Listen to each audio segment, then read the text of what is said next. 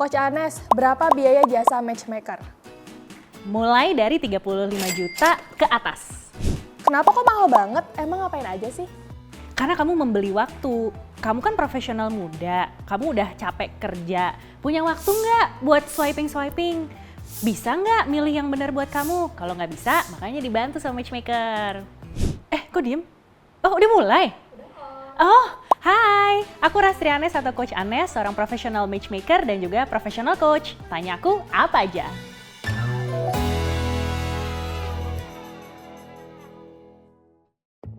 Pernah nggak sih ada yang minta Coach Anes cariin jodoh tapi kriterianya kayak katalog manusia yang literally tingginya segini, kulit gini, penghasilannya segitu? Oh, pasti ada. Namanya manusia kan juga punya harapan. Tapi aku ambil apa enggak? Kalau yang kayak gitu sih, yang terlalu maunya materialistis atau terlalu fisikal banget, biasanya aku nggak ambil. Karena kalau aku maunya ngebantu orang yang juga melihat apa yang ada di dalam atau isi jeroan dari manusianya. Terus apa sih permintaan paling unik atau absurd dari klien yang Coach Anes dapat? Pernah waktu itu ada calon klien, dia minta seorang perempuan dari keluarga Jawa dan orang tuanya belum bercerai. Unik sih karena jarang tuh yang minta sampai ke orang tuanya udah bercerai atau belum. Jadi karena makin challenging, aku berusaha untuk naikin harganya dong karena effort aku pasti akan lebih banyak dan lebih challenging nih. Rupanya besok aku di ghosting. Ya udah, belum jodoh. Terus pernah nggak dapet klien yang ternyata udah punya pasangan tapi ngakunya single? Terus gimana tuh nyikapinnya? Selama aku jadi matchmaker nggak ada. Kenapa? Karena bayarannya udah mahal. Itu udah filter di mana orang yang niat-niat aja. Kecuali kalau janda sama duda itu aku masih terima. Karena mereka akan aku mintakan data perceraiannya ataupun surat kematian dari pasangannya. Terus pernah nggak Coach Anes ngerasa, wah ini pasangan cocok banget nih dan beneran jadi? Pernah. Challenge-nya buatku adalah bagaimana untuk gua tidak kelihatan excited di depan orang yang mau gue jodohin. Jadi dari beberapa kali ngomong tuh kayak udah wow gila ini cocok banget. Tapi kayak gue harus tenang gitu kan. Kayak oke, baru terakhir-terakhir kayak oh ya nanti kita hubungin lagi ya. Padahal di balik itu gue sama suami kayak wah itu cocok banget, ore gitu. 3 kesalahan paling sering yang dilakukan orang waktu cari pasangan tuh apa aja?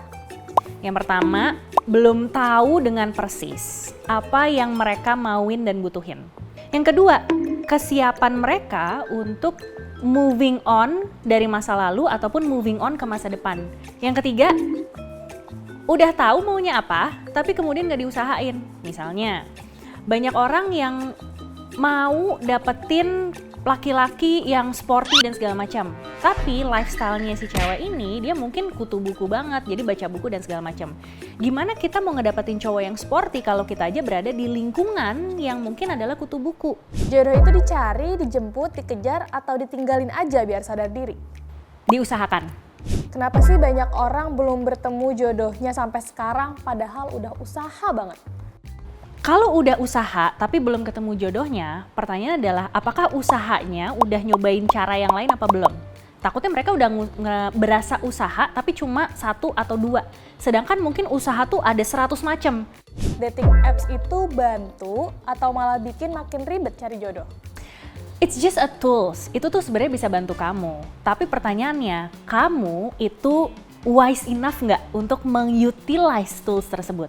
Kamu tahu nggak apa yang harus kamu tampilkan di profile? Kamu tahu nggak kamu cari orang yang kayak gimana? Kamu tahu nggak harus ngobrolnya kayak gimana? Kamu tahu nggak kapan harus copy direct sama orang itu? Dan kamu tahu nggak kapan kamu harus nge-cut orang itu? If you cannot answer this, berarti kamu belum siap main dating app. Tips penting buat orang yang masih aktif swipe. Apa yang paling penting nih buat mereka perhatiin? That's hard. I think my tips mulai dari self-awareness dulu deh. Karena balik lagi, dating apps is just a tools. Kalau kita juga nggak tahu diri kita dan kita nggak tahu apa yang kita cari dan kita nggak tahu gimana cara kita mengusahakannya pasti susah. So start to self-aware dulu. Jawab deh pertanyaan gue yang tadi. Tantangan terbesar jadi matchmaker di era sekarang itu apa? Swipe culture, takut komitmen, atau terlalu banyak opsi? Banyak orang yang putting the responsibility ke matchmaker, padahal mereka sendiri juga belum tentu punya kompetensinya untuk berada di romantic relationship. Jadi banyak yang datang ke aku itu menanyakan jaminannya, kalau nanti aku sampai menikah nggak? Kalau misalnya nanti aku cerai, aku dapat penggantinya nggak? Kayak coy, mohon maaf nih, rumah tangga lo kan bukan urusan gue ya. Bahkan orang tua lo juga itu bakal involved tuh di situ. So it's out of matchmaker scope of work. Jadi sebagai seorang matchmaker, aku akan membantu untuk mencarikan kandidat yang memang compatible dengan apa yang kamu mau dan juga kamu butuhkan, supaya setidaknya kalian berdua nih bisa berusaha bareng, dan harapannya kalau memang kalian cocok dari berusaha barengnya, maka relationship kalian juga bisa dijalani dengan lebih bahagia dan sesuai dengan keinginan kalian. Ngapain gue ngatur-ngatur rumah tangga orang lain, coy? Terus apa sih hal yang paling sering disalahpahami orang soal profesi sebagai matchmaker? Karena masih baru di Indonesia, banyak yang masih belum tahu cara kerjanya, jadi dipikir kayak dating apps atau dipikir mirip-mirip kayak ta'aruf gitu, yang mungkin tukeran CV dan segala macam. Jadi mereka tuh suka kaget di saat mendengarkan harganya, karena balik lagi, marketku adalah market profesional muda atau orang-orang yang dalam tanda kutip sudah financially stable, yang mereka longing for love tapi nggak punya waktu dan nggak mau buang-buang waktu. Satu nasihat paling penting buat semua orang yang lagi cari jodoh, apa nasihat Coach Anas? Find your soul, found your mate.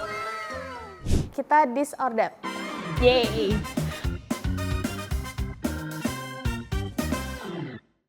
Mendingan jelek tapi kaya atau cakep tapi nggak modal? Kayaknya karena pewaris atau karena perintis. Kalau perintis masih ada usahanya, jadi gue pilih itu. Mendingan pacaran LDR tapi setia atau deket tapi drama dan toksik?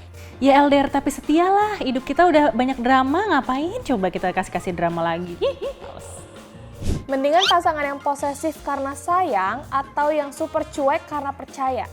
Super cuek karena percaya, balik lagi lu pengen hidup yang tenang ya. Udah gak usah banyak-banyakin, mental lo makin burn out nantinya.